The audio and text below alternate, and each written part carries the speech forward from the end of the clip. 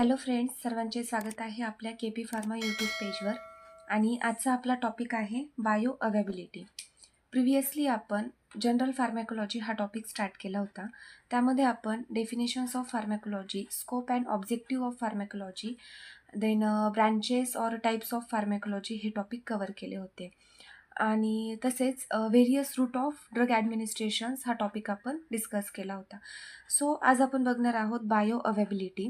यामध्ये आपण definitions of bioavailability, then आहे order of bioavailability, next आहे types of bioavailability and factors of bioavailability, हे points आपण discuss करणार आहोत.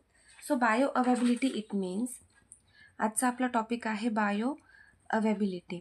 So bioavailability it means जे पण मेडिसिन्स आपण ॲडमिनिस्टर करतो और इनटेक करतो, ते मेडिसिन्स ॲडमिनिस्टर केल्यानंतरनं किती टाईम पिरियडमध्ये और ड्युरेशन्समध्ये ते त्याची ॲक्टिव्हिटी शो करतात और ते सिस्टमिक सर्क्युलेशन्समध्ये जातात, त्याचा स्टडी करणं it means bio availability.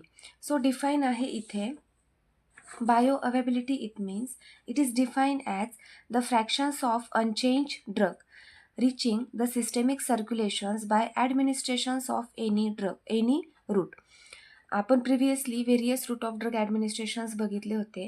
So ते जे रूट्स आहेत त्या कोणत्याही रूटनी मेडिसिन्स ॲडमिनिस्टर केल्यानंतरनं ते जे मेडिसिन्स आहेत तर ते सिस्टमिक सर्क्युलेशन्समध्ये जातं, म्हणजे किती टाईम पिरियडमध्ये और ड्युरेशन्समध्ये ते सिस्टमिकली सर्क्युलेट होतात.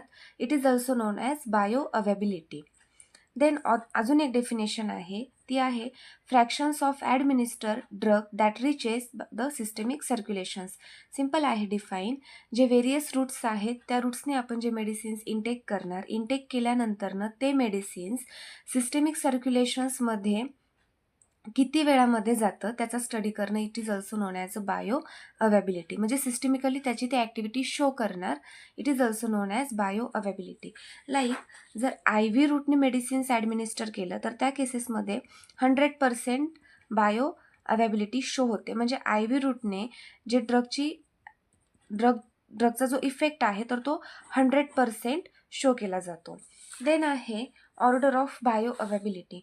ऑर्डरमध्ये हे जे रूट्स आहेत like parenteral, oral, topical and rectal, हे जे रूट्स आहेत या रूट्समध्ये रूटने जर मेडिसिन्स ॲडमिनिस्टर केले तर कोणत्या रूटमध्ये लवकर बायो अवेबिलिटी शो होते हे आपण बघणार आहोत.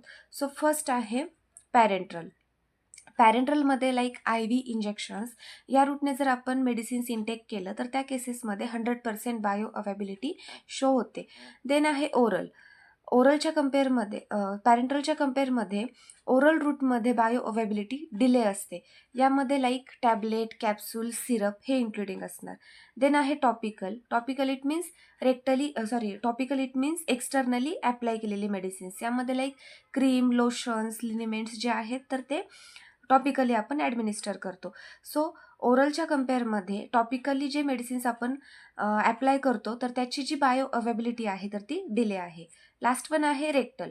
रेक्टलमध्येच सपोजिटरी और सम टाईप ऑफ कॅप्सूलसुद्धा इन्क्लुडिंग असतात. सो टॉपिकलच्या कम्पेअरमध्ये रेक्टलची जी बायो अवेबिलिटी आहे तर ती डिले आहे. सिम्पल आहे पॅरेंट्रल नंतरनं ओरल, देन आहे topical and rectal. Next one आहे टाईप्स ऑफ बायो अवेबिलिटी. यामध्ये 2 टाईप आहेत. फर्स्ट आहे absolute bioavailability and second one आहे relative bioavailability. So absolute bioavailability म्हणजे काय आहे, यामध्ये पॅरेंट्रल it means I V route of administration आणि ओरल रूट ऑफ ॲडमिनिस्ट्रेशनचं कम्पॅरिझन होतं यामध्ये, की यामध्ये सिस्टमिक सर्क्युलेशन्स और सिस्टमिक अवेबिलिटी जी आहे ड्रगची तर ती शो केली जाते. अँड रिलेटिव्हमध्ये काय असणार तर same route of administration like oral यामध्ये कम्पॅरिझन्स केलं जातं to check the systemic availability of drug. So define बघू आपण. फर्स्ट आहे ॲब्सोल्यूट बायो अवेबिलिटी. यामध्ये डिफाईन आहे when the systemic availability of a drug administer orally is determine in comparisons to I V administrations. ॲब्सोल्यूटमध्ये I V आणि ओरलमध्ये comparisons केलं जातं to check the systemic availability of a drug. And रिलेटिव्हमध्ये oral same जे same टाईपचं किंवा same route of administration जे आहे ड्रगचं, तर त्याचं कम्पॅरिझन्स होतं to check the systemic availability of drug. इथे डिफाईन आहे, when the systemic availability of a drug administer orally is compared with that of the oral standard of the same drug. Next आहे factors. So factors affecting bioavailability, यामध्ये आहे physicochemical agents, biological agents, pharmaceutical agents, patient factor, environment, physiological, route of administrations and disease state. So first जो आहे physicochemical agents, then आहे biological agents. Biological एजंट्समध्ये यामध्ये पेशंटचं age, sex, spaces, name हे सगळे including असणार फॅक्टर. देन आहे pharmaceutical agents, यामध्ये टाईप ऑफ डोसेज फॉर्म, त्यानंतरनं like solid, liquid, semi solid या अकॉर्डिंग जे मेडिसिन्स आहेत तर ते डिफरन्शिएट होणार. देन आहे पेशंट फॅक्टर. सो पेशंट फॅक्टरमध्ये पेशंटची जर ओल्ड मेडिसिन हिस्ट्री असेल और ओल्ड मेडिकेशन हिस्ट्री असेल तर ती चेक केली जाते आणि त्या अकॉर्डिंग त्याला मेडिसिन्स प्रोव्हाइड केले जातात. देन आहे एन्व्हायरमेंट, यामध्ये टेम्परेचर, ह्युमिडिटी, ॲटमॉस्फिअर हे सगळं चेक केलं जातं. देन आहे फिजिओलॉजिकल फॅक्टर्स.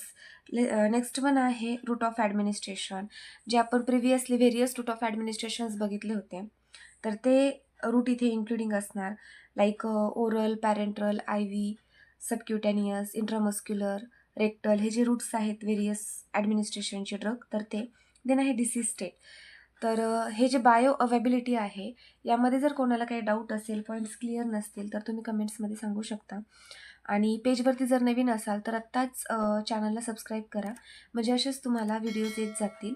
अँड नेक्स्ट पार्टमध्ये आपण फार्मॅकोकायनेटिक आणि फार्मॅकोडायनॅमिक म्हणजे फार्मॅकोलॉजीचे जे ब्रांचेस आहेत तर त्याचा स्टडी करणार आहोत. थँक्यू.